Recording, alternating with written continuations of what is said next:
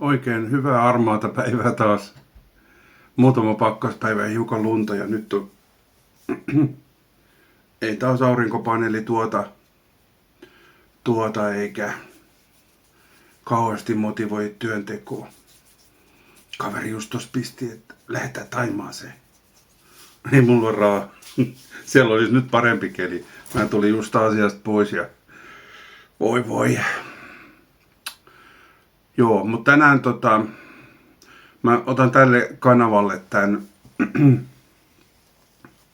koska varmaan suurin osa, mitä kasvattajia on, niin on ehkä omavaraistelijoita, en tiedä.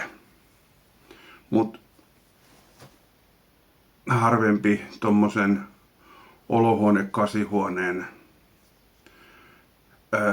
harrastaja kasvattaa kessua todennäköisesti. Ja tää on nyt tämmönen vähän jakava aihe, vähän arkakin aihe, niin tällä kanavalla mieluummin. Eli puhutaan vähän nikotiinista ja tupakan poltosta ja tähän liittyvistä asioista. Ja suurin osa teistä todennäköisesti on jo havainnut, miten tämä niin sanottu nykyyhteiskunta tai moderni maailma niin kun kääntää kaikki asiat päälailleen. On se sitten lääkkeitä tai mitä tahansa, ruoka. Ja yksi niistä asioista on sitten tällaiset niin kuin, savua tuottavat tai jopa henkeä vedettävät yrtit, johon Suomessa puhutaan kessusta. Puhutaan nyt vaikka kessusta. Kaikki tietää, että se tarkoittaa samaa. Niin mutta lähdetään kuitenkin ensin siitä, mitä tapahtui, kun alettiin valmistamaan savukkeita. Niin totta kai niin kuin kaikessa bisneksessä, en mä tiedä lähtikö savukkeiden tekeminen Yhdysvalloista. Sitä en ole tutkinut koskaan. Voi olla, että jostain muualta lähtenyt. Tai no, kyllä niitä pyörittelijöitä on ollut sit ympäri maailmaa jo vuosisatoja, mutta mä puhun nyt tämmöisestä teollisesta, tiedättekö, massoille jotain tekemistä, jotta nämä bisnesmiehet tekis rahaa. Niin siitä päivästä, kun se alkoi, niin tämäkin asia tavallaan pilattiin. Mutta nyt kun tiede on mennyt eteenpäin, onkin paljastunut, että no ensinnäkin se paljastaa sen, että todellakin kaupasta ostettavat tai mitä vaan nyt niitä saakin, niin savukkeet, niin ne on tosi pahaksi meille. Mä en suosittele kenenkään polttavan niitä. Mä kohta perustelen, miksi. Mutta yksi, mitä kauheasti on demonisoitu savukkeissa, niin on nikotiini. Ja lyhyesti se historia. Sä voit itse varmaan YouTubestakin löytyy ja monesta muusta paikasta löytyy. Mä en muista vuosia, enkä ihan tarkkoja detaileja, mutta jossain vaiheessa 70-luvulla, ehkä 60-luvun puolella, asia oli jo aika akuutti, ja siis niin kun tässäkin keskiössä on taas se Amerikan Yhdysvallat. Vaikka sitä tehtiin varmaan monessa paikassa jo, ehkä jopa aikaisemmin kuin siellä. Mutta koska se on semmoinen markkinatalous ja siellä ne rahanahneet on aina tehnyt kovin tehokkaasti sitä. Siihen se on perustunut paljolti se niin sanottu talousmahti, mikä siitä on tullut. Siellä on ollut paljon ahneita ihmisiä, jotka ilman mitään omatuntoa niin kun haluaa käyttää meitä pieniä ihmisiä, alistaa meitä, koukuttaa meidät asioihin. Mutta silloin, en muista vuotta tarkkaan, teidän täytyy nyt tehdä sitten oma tutkimus ja oma mielipide tässä, mutta mä nyt vaan tuon tämän asian niin kuin esille. Niin Yhdysvalloissahan on sellaisia kuulemisia, kun joku asia tuodaan esille. Nytkin siellä on ollut paljon rokotteista ja kaikenlaisista muista asioista, lääkkeistä ja sitten ihan muihin asioihin, niin tehdään aina kuulemisia siellä ne asiantuntijat ja muut vastailee, kun joku senaattori tai joku kyselee niiltä. Niin silloin aikanaan alkoi ihmisiä sit, kun niitä leikkauspöydällä avattiin, kun oli kuollut, niin todettiin, että on polttanut körssiä ja tosi huonossa kunnossa, on syöpää ja kaikkea, niin lähdettiin hakemaan syytä siihen ja ensimmäiseksi ajateltiin se nikotiini. Miksi? Lyhyesti, koska nikotiini on hyvä asia, niin se haluttiin ampua alas. Okei? Elikkä siinä kuulemisessa oli kaikki isoimmat, oliko niitä 7 muistaakseni, en mä muista. Mutta isoimmat tupakkatehtaat, savuketehtaat siis, jotka valmistaa kaikkea Marlboroa ja Camelia ja kaikkea näitä, niin haastettiin sinne. Ja sitten se yhdessä vaiheessa ainakin siinä kysyttiin sitten näiltä, että onko nikotiini riippuvuutta aiheuttavaa, kun ihmiset sitä vetää keuhkoihinsa. Niin kaikki ne vastasivat, että ei. Mutta koska agenda oli jo lähtenyt ja piti löytää syyllinen tavallaan sille asialle, tavallaan taas yksi hyvä asia käännettiin todella negatiiviseksi, niin kuin tämä nykymaailma tekee aina kaikissa. Eli tupakan valmistajat, savukkeiden valmistajat sanoivat, että nikotiini ei ole se ongelma. Siitä on runsaiskäytös totta kai haittaa, niin kuin kaikesta.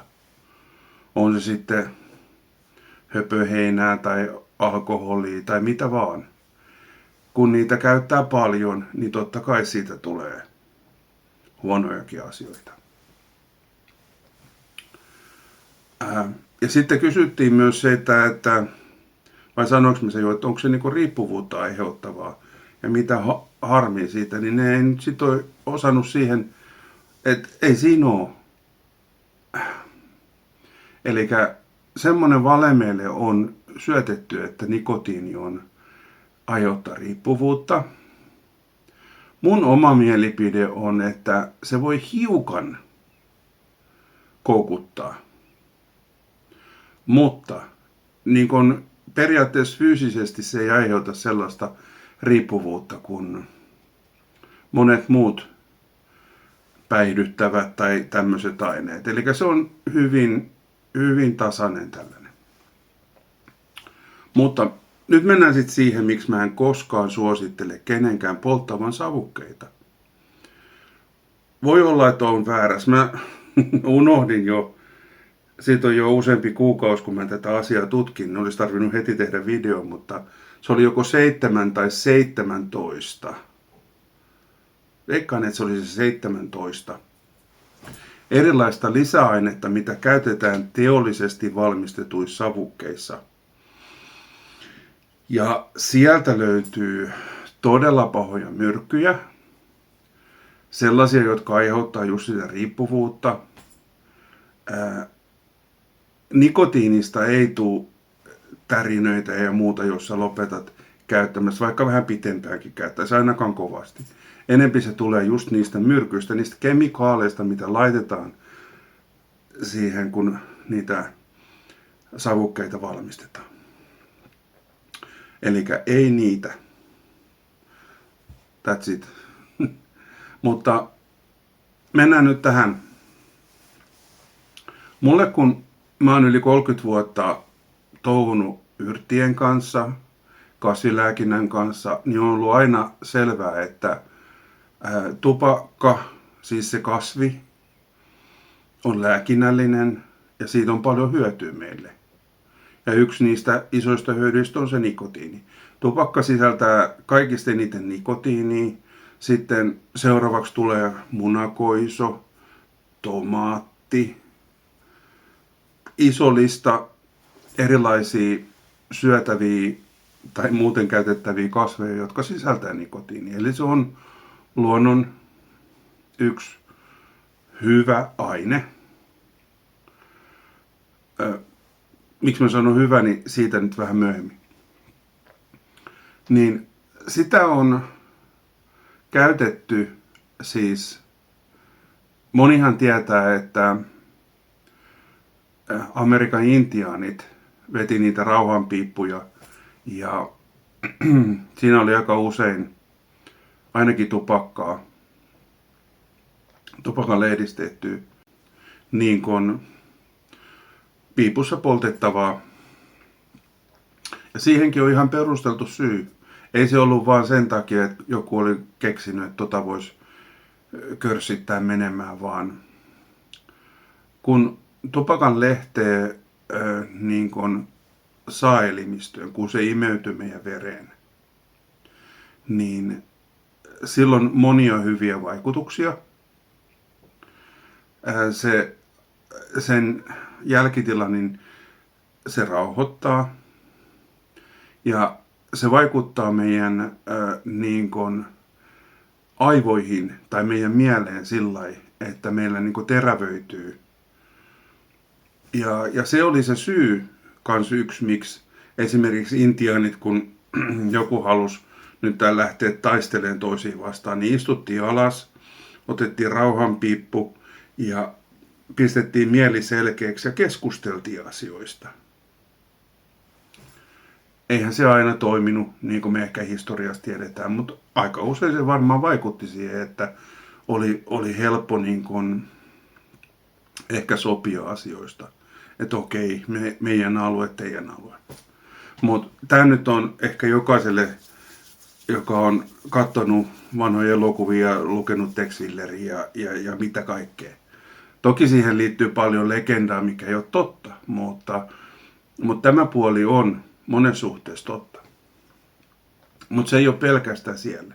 Lähes kaikki alkuperäiskansat on käyttänyt tupakan lehtiä muodossa jos toisessa.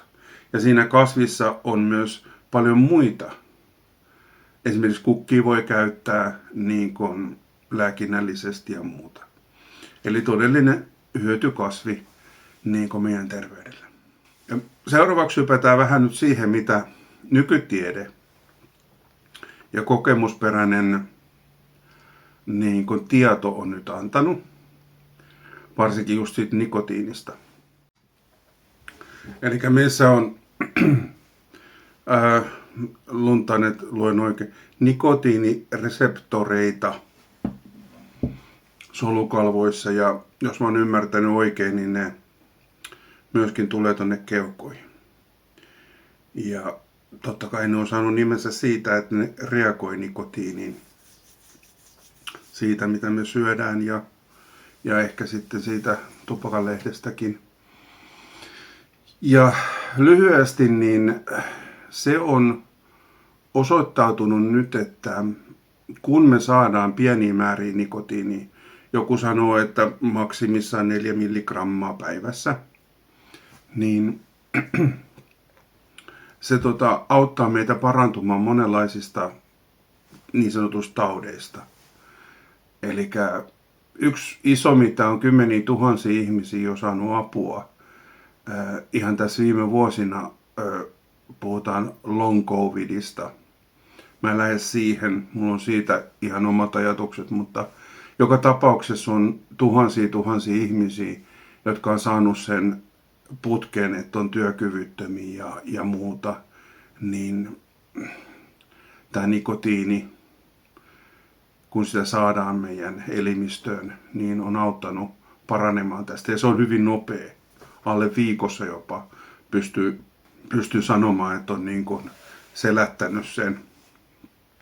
Mulla ei ole omakohtaisia kokemuksia, koska mä oon suojellut itteeni koko aika tämän viimeisen 5 vuoden aikana mahdolliselta kaikilta tämmöisiltä. En nikotiinilla niinkään. Nyt on kyllä sillä boostannut terveyttäni. Ja se vaikuttaa myös moniin muihin sairauksiin, varsinkin niin kuin muistisairauksiin ja sydän- ja verisuonitauteihin. Eli sillä on positiivinen voima muuttaa meidän kehosta tai saada meidän keho parantamaan itsemme. Tästä voisi tehdä monen tunnin videon, mitä mäkin olen nyt tutkinut asiaa, mutta pidetään tämä lyhyenä. Elikkä tässä taas niin kun on tarkoitus nyt saada teidät ymmärtää, että teitä on kusetettu. Nikotiini on oikeasti lääke meille, kun sitä oikein käytetään.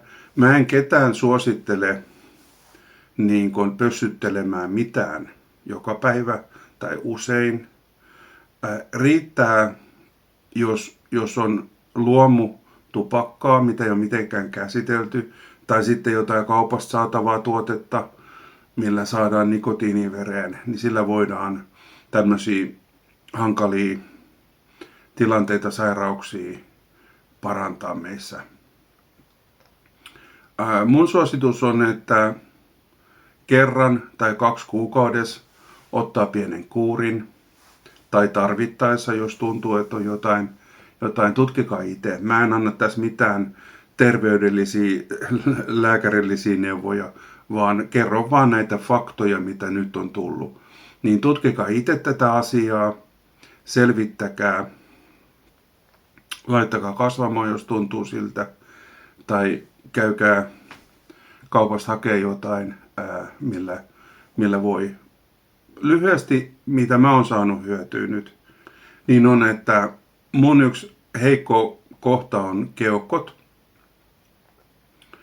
Eli suurimmaksi osaksi, jos mulla tulee jotain, mitä todella harvoin tulee, 2 vuoden aikana, ihan 2-3 kertaa, mutta nytkin kun oli reissussa ja siellä tulee näitä lentokone ja hotelli ja kaikki näitä bakteereja, mitä liekää, niin, ja parasiitteja tietysti, niin nikotiini on yhtenä siinä mulla, joka helpottaa. Ja nyt mun keuhkot alkaa olemaan aika hyvässä kunnossa. Ääni kulkee. Jos muistatte aikaisemmilta, niin mulla oli pitkään semmonen huono käheääni, niin sen mä sain 2 viikon nikotiinikuurilla, niin se loppui. Ja mitä se oli, älkää kysykö, en minä tiedä. Mutta mulla on tässä nyt yksi tämän vuoden tai seuraavan kauden teema on perehtyä syvällisesti ja testailla. Ja tervetuloa mukaan, jos haluaa kokeilla, niin erilaisia savuun perustuvia niin kuin lääkkeitä, yrttejä, joilla voidaan parantaa erilaisia asioita. Se on mulle jäänyt vähän vähemmälle. Tietoa olen saanut paljon, olen lukenut, mutta käytännön kokemus on aina se, mikä määrittää sit sen, että miten sä niin kuin suhtaudut ja miten sä alat niitä asioita käyttämään ja päivittäisessä elämässä tai tarvittaessa aina. Ja tämä on yksi mielenkiintoinen puoli tässä ja omavaraisuudessakin se on tärkeä asia, että kun jotain sattuu, niin olisi tontilla tai sitten kuivattuna niin kuin valmiina jotain, mikä voisi sitten helpottaa. Niillä saa todella laajan kirjon. Ja se ei tarkoita aina, että tarvitsee olla piippu tai joku körssi, vaan monesti niitä savuja voidaan ihan ympäristöön niin kuin laittaa. Ja tästä niin kuin tämän päivän päätähdestä, eli tupakasta, voisi tehdä pitkän videon, mihin kaikkea se vaikuttaa ja mitä muuta. Mutta yksi tärkeä asia, mihin sitä voi myös käyttää, jos sitä saa paljon kasvamaan, niin on tuholaistorjunta. Sekä ihan niin kuin chop and drop, eli sitä voi kasvien alle laittaa niin kuin niitä lehtiä maatumaan, kompostoitumaan. Tai sitten voi vähän kuivanneista lehdistä voi tehdä savuja sinne puutarhaan.